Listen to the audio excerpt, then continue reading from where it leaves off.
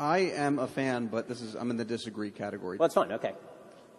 There are studies which show young children find black babies dirty or not nice, and that culturally black names on resumes and job applications get fewer callbacks. Do you think this is an example of systematic racism? Well, I'm not going to accuse a 3-year-old of systematic racism. Let's start with that. I don't think that babies necessarily have the capacity to build an entire hierarchy of race. Like, I have a 4.5-year-old and a 2.5-year-old, and they can barely clean themselves. And the 2.5-year-old can't clean himself. So if he's a racist, I have yet to see it manifest, and he's not like burning a tiny cross in the front yard or anything. As far as the studies that show the culturally black names being hired at a lesser rate, there's actually a fascinating study that was done about last names. So the question when it came to the first name study was, are people being ruled out because of race, or are they being ruled out because of perception of culture? And this makes a difference because you have what Thomas Sowell calls discrimination, and then he basically has discrimination A and discrimination 1A, and then he has discrimination B. So discrimination B is open racism. You're black, I'm not hiring you because I think you're inferior, right? That's, everyone can agree is racist.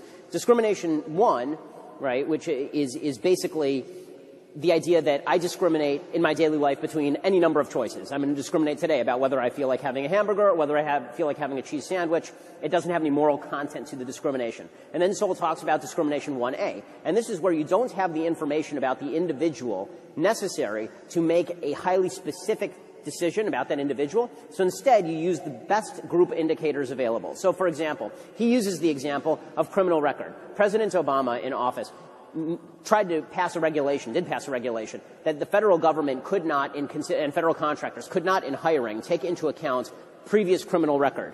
What this resulted in was the hiring of fewer black people, because as it turns out, a bunch of employers, instead of looking at the individual criminal record of the person who's sitting in front of them, simply said, okay, well, there's a better shot that this black guy in front of me is a criminal than the white guy in front of me, just by looking at the criminality rates or jail rates, right, previous criminal history rates in the two communities. Now, is that racism, or is that discrimination 1B, which is operating in the absence of individual information? I would say that's more discrimination 1B. That's operating in the absence of individual information. Sowell agrees. That's why he uses that term.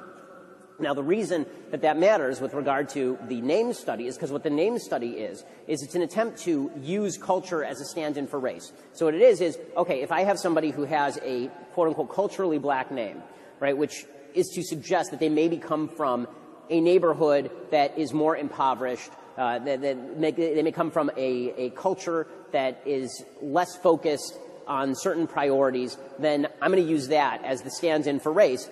Now, that may be bad. Instead, what we would prefer is to look instead at the specifics of the resume. But there's another study that was done, and this sort of shows the converse, right? And that was, they looked at last names of black folks, like historically black last names. They looked at last names like Johnson, and what they saw was that if you actually just use historically black last names, there was no discrimination at all. So if you put the historically black names, last names, on resumes, and you sent them in, and you put historically white last names, or Jewish last names, Greenstein or something, on a resume, they would get hired at precisely the same rates, because people were actually using the name as a stand-in for information they felt that they did not have. It wasn't that they were instead suggesting, okay, all black people are out. So that's kind of fascinating. This is not to suggest that there's no racism in American life. There certainly is, but we have to point to specific instances of racism and be very exact about where we're accusing people of racism and where we're simply accusing people of using the best information possible. And if the only information that's possible that they are using is group information, we have to make a better effort as a society to ensure that people can get better individualized information so they can judge on the basis of individual identity as opposed to group identity. So it could be discrimination but not racism. Right.